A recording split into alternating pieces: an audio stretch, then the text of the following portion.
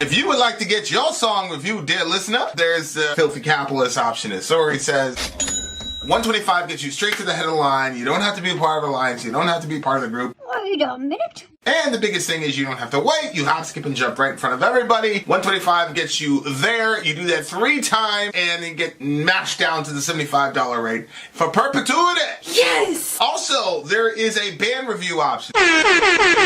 So if you've got a band and you're trying to get your band some exposure, hit me up at insori@gmail.com, and I'll show you the details about how to pull that off. You can also jump on Patreon, and there is a option on the tiers to be able to get your band reviewed. Yep. Obviously, we can't lie to you, so we can't guarantee a positive review. Get what you get. It's just rubbish. Rubbish. Rubbish. That's British for garbage. My favorite is a community option. $1 at the gate gets you in at Patreon. You get to join an alliance. The alliance joins their points together, and that helps determine what songs that we do. The alliances hang out on Discord. Message me on Patreon to get the link. And they do all kinds of other cool things. They do Minecraft, Dungeons and Dragons. Yeah. It's really a community within the community. Anybody can go on the village, facebook.com/Vin and Sori. There's 160,000+ people on the channel. What's cool about the Discord is that it offers a real opportunity for community connection, friendship, that type of thing. And it's on Discord, so if you're not a Facebook person, it's for you. You start off at $1. Right. Plus you get exclusives. Sori and I are working on a song. So the first 15 seconds of that was on Patreon. Also, at $15 tier and above, when we actually debut the video, they're going to be there live with us. There you are, dear listener. Buy our merch. Buy a merch indeed. Chow shall lead them. To buy our merch. All right, dear listener. It's your boy Vin in the house. Sori here. 22 if you can hear Vin good. 26 if you can hear Sori good. 28 if you hear us both good at the same time. Which and FUCKYOU if you can't hear either one of us. Oh, that's nice. Okay. Speaking of which, we are in the midst, dear listener, of the very interesting stream. Retroactively going back and listening to the wonders of old school music. Okay, here we go. We just got listening to my favorite song so far of the day, which was Rock Around the Clock. Yeah. But Okay. it wasn't called Rock Around the Clock. It was called was it called Rock Around the Clock? I thought it was, but yeah. Rock Around the Clock. Was called Rock Around Okay, up next is called The Yellow Rose of Texas. Mitch Miller, Yellow Rose of Texas. I'm doing something a bit different here. I'm showing a different side to these 1950s culture wars. This is Columbia A&R man. The great foe of rock, Mitch Miller. When Mitch Miller became Columbia Records' lead A&R man, was the 3rd largest record company, and within a short time, it became the largest record company in America. He made a name for himself by turning sinful Southern country songs into mainstream pop hits. When R&B popped into the mainstream market, the other labels sought his strategy of making diluted cover versions.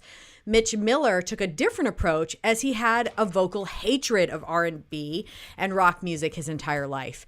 This was the #1 hit that replaced Rock Around the Clock. Oh my gosh. A few months before the release of this song, Mitchell said in regards to rock and roll that young people might be protesting the Southern tradition of not having anything to do with colored people.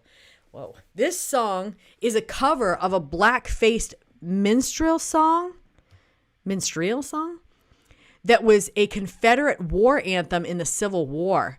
Mitch Miller spent his TV show and career saying how important the minstrel shows were to American history.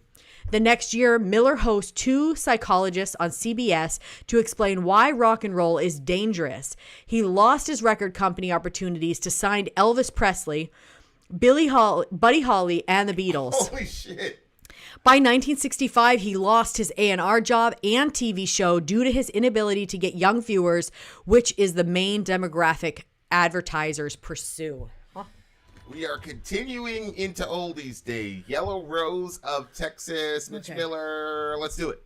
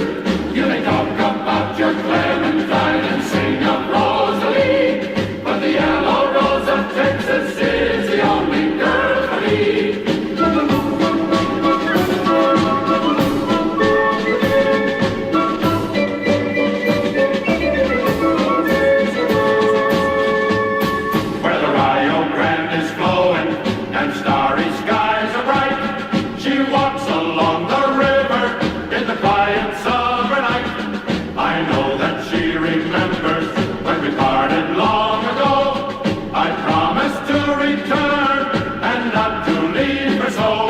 She's the sweetest little rosebud that Texas ever knew. Her eyes are bright as diamonds, they sparkle like the dew. You may talk about your Clementine and sing of Rosalie, but the yellow rose of Texas is the only girl for me.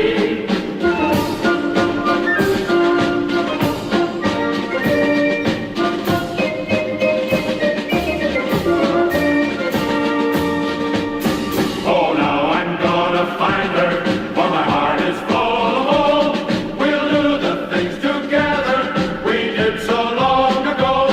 We'll play the banjo gaily, she'll love me like before, and the yellow rose of Texas shall be mine forevermore.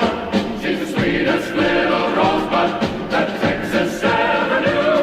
Her eyes are bright as diamonds, they sparkle like the dew. You may talk about your Clementine and sing of Rosalie, but the yellow rose of Texas is the only girl for me.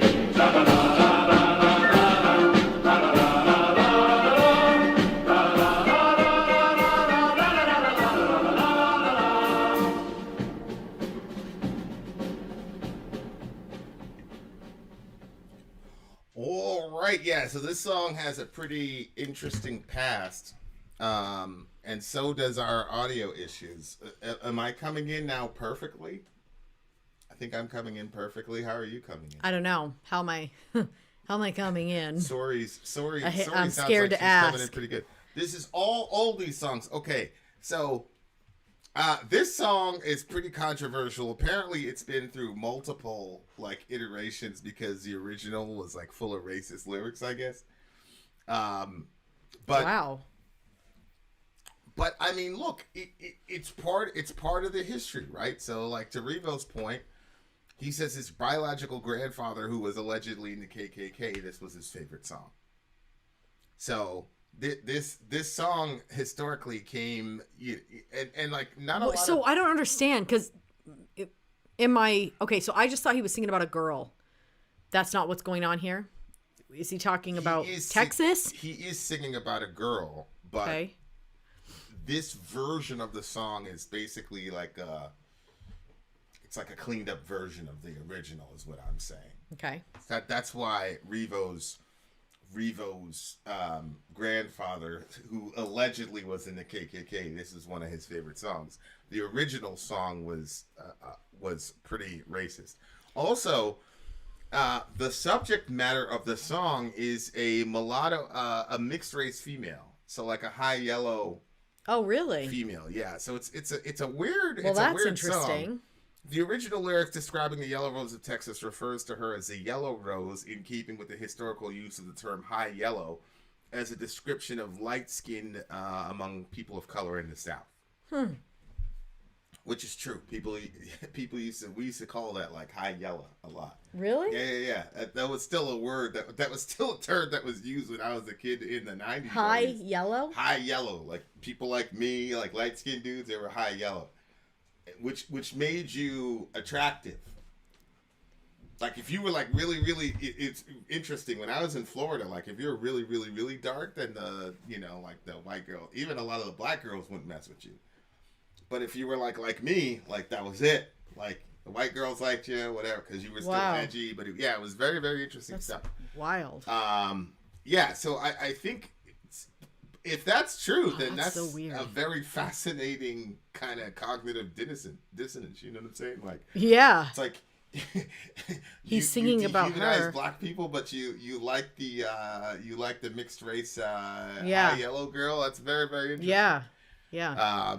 Which makes a lot of sense considering how much assaults was happening to women of color. Mm-hmm. She's the sweetest little rosebud that Texas ever knew, etc., etc., etc.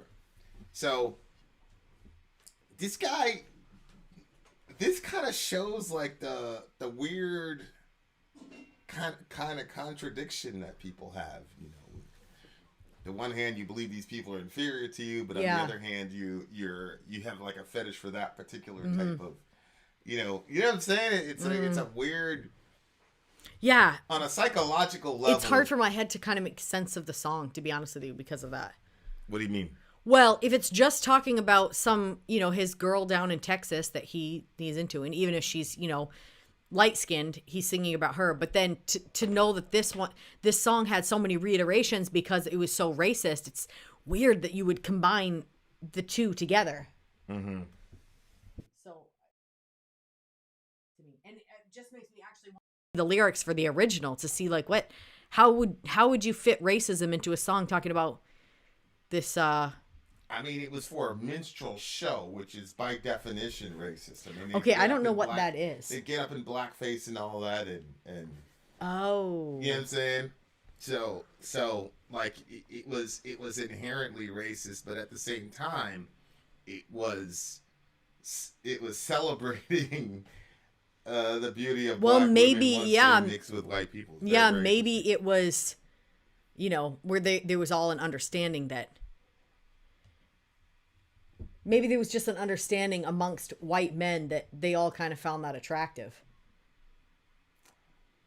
Yeah, I mean, see, look, beauty is, I think, something that's like universal, right? So it doesn't matter if you're Chinese, Japanese, you're gonna be, a beautiful person as long as they're symmetrical and all the rest of it. They're gonna be beautiful regardless. Mm-hmm. But if you have a stratified system where you feel like there's a master race, then the people at the bottom rung should not attract you if that's the case, because they're inferior to you. It'd be like saying, oh, there are some really beautiful chimpanzees. It's like, it doesn't matter how beautiful chimpanzees are to other chimpanzees, there's never going to be a chimpanzee that I am attracted to.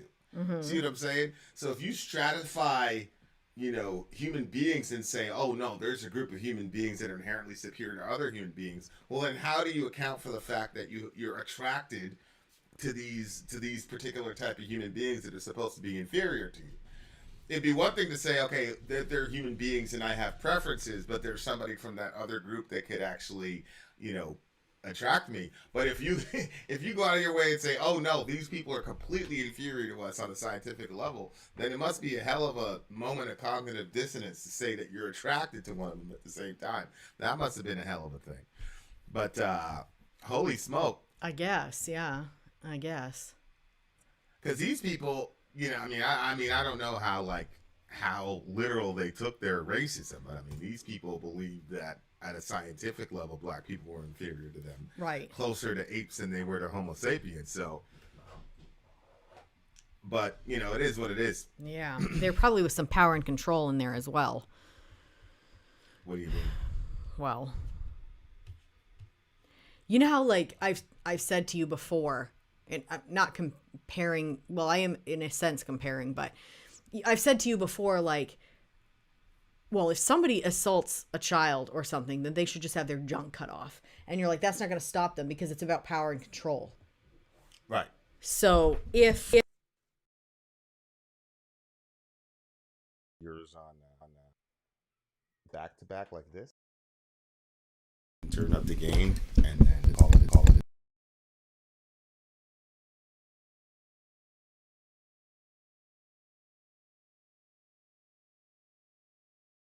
You know what I'm saying? Like, that's the other thing. It's like they're supposedly inferior to you, but at the same time, it's forbidden fruit. I don't know. Is it? What do you mean? Oh, because society has said it's forbidden? Is that what you mean? Well, I mean, like racial society back in the 20s and 30s. That's what you're saying when you're saying that it's forbidden? That's how it's forbidden? Because I think as long as slavery was going on, those types of relationships were always in play because of the power and control dynamics. They didn't have, yeah. I say relationship, but I don't mean relationship. I mean the power and control dynamic of that.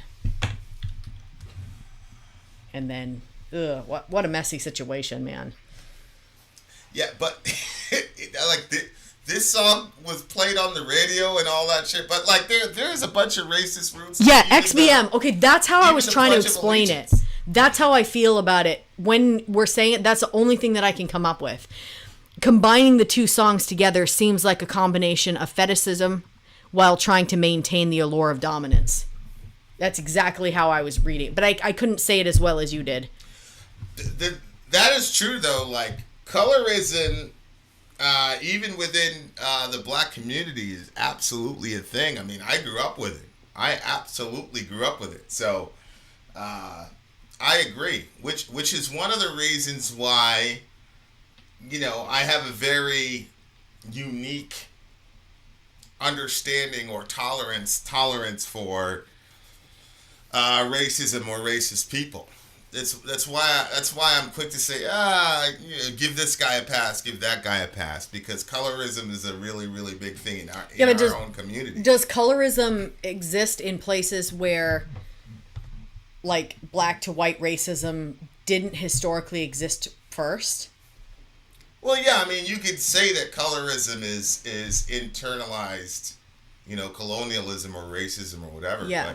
But you know, you had the decision to internalize it, or you had the decision to, you know, Malcolm Xalize it. Mm-hmm. You could have went the other way too, right? So those are decisions that we made collectively as a community in some places. Like in Jamaica, the colorism is really, really stark because of colonialism.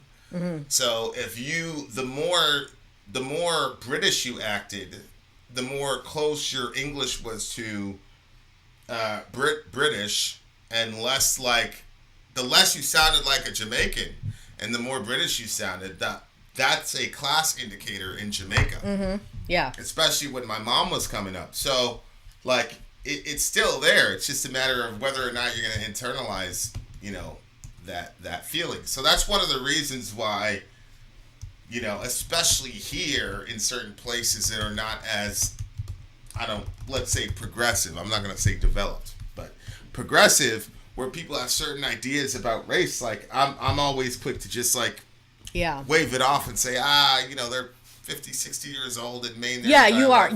You have been like that for sure. Yeah, like it's not the end of the world, you know. But I know that colorism, and the other thing is, like, to Al's point, colorism's all over the place. I mean, I'm not even gonna step on certain buttons in certain religions, but I mean, it was all over the place. So yeah, I think it's important. Obviously, it's not a song that I like per se, but it's definitely important to see, like, yo, you could debate whether or not we've had enough progress or whatever, but, you know, hey, this is one of those markers, so it is what it is. Yeah. And I thought it's really interesting to me that Revo actually selected this song, considering, you know, yeah, everything. All right, what do you give it?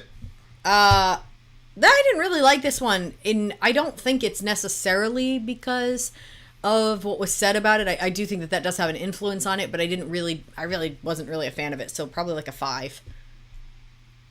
Yeah, I mean, I'd give it a 5. I mean, this is not even a rock song per se. I mean, it started in the 1840s, mm-hmm. So it's not going to be a song that we like, obviously. So, yeah. I've had Muslim friends who had straight up beefs over the relationship between their skin and their religion. Yeah, XBM. Yeah. I wasn't going to go there, but yeah, 100%. All right, there, listener, we got more songs coming your way very, very soon. Vin out. Sori out. Gone. You look disturbed. Yeah. But it just feels... Why? What was disturbing to you about it? Well, just because, like, I knew that, obviously as a kid when I found out, you know, that slavery was a thing that happened, that bothered me. But as a kid, nobody's going to tell you also the women were being raped.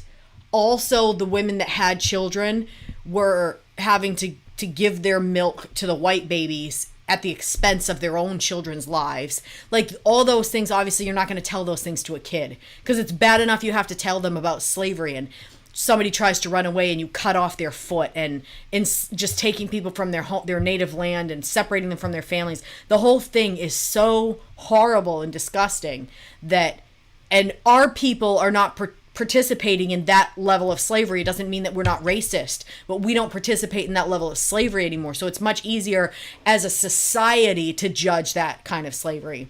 Yeah. But then, when you get older and you realize it was more than that, and then the older that you get and the older that you get from there, the more you realize, like, I feel like every year I see things that I never thought of before that people would do to other people.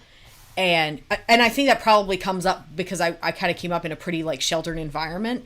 So there's a lot of things that I never heard of before, I never thought of. And, I think some of it is the true crime, seeing the true crime stuff. And I'm like, oh my gosh, like the levels of evil that people can go to is unbelievable. And so, hearing this song and thinking about, all the ways that Black women were treated, and like now, even now, when a woman gets raped, the guy might not at all get in trouble. She might have to go through a huge giant trial where every bit of her is put up on trial. What was she wearing? What time of the night? Yeah, all these different things get put on trial. She gets put on trial, yeah. And he ends up walking.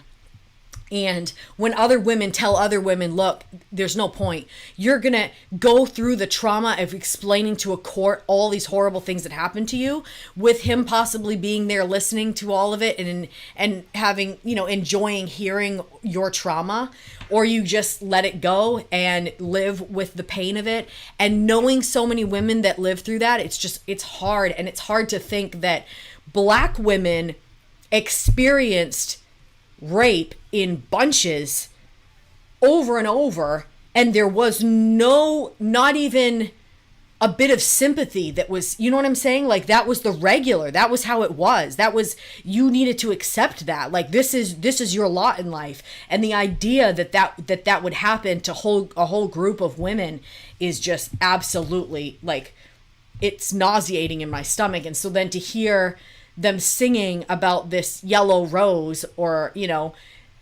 in Texas, and this, how he feels about her, at the same time how these people were getting treated, and that the song had to go through different switches. I think I just have an aversion to the idea of all of it.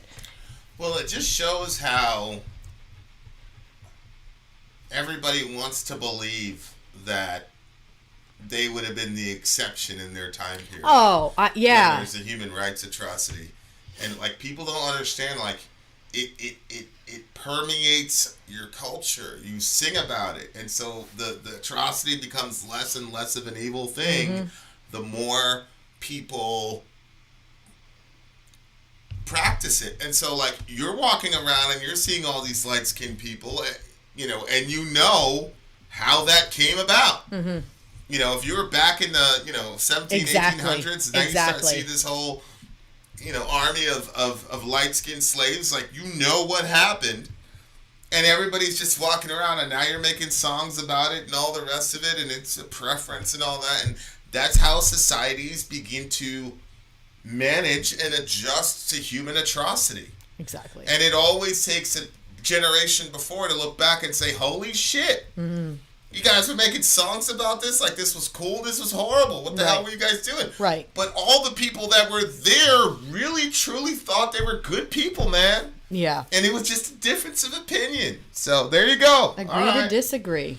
And take that however you want to take that.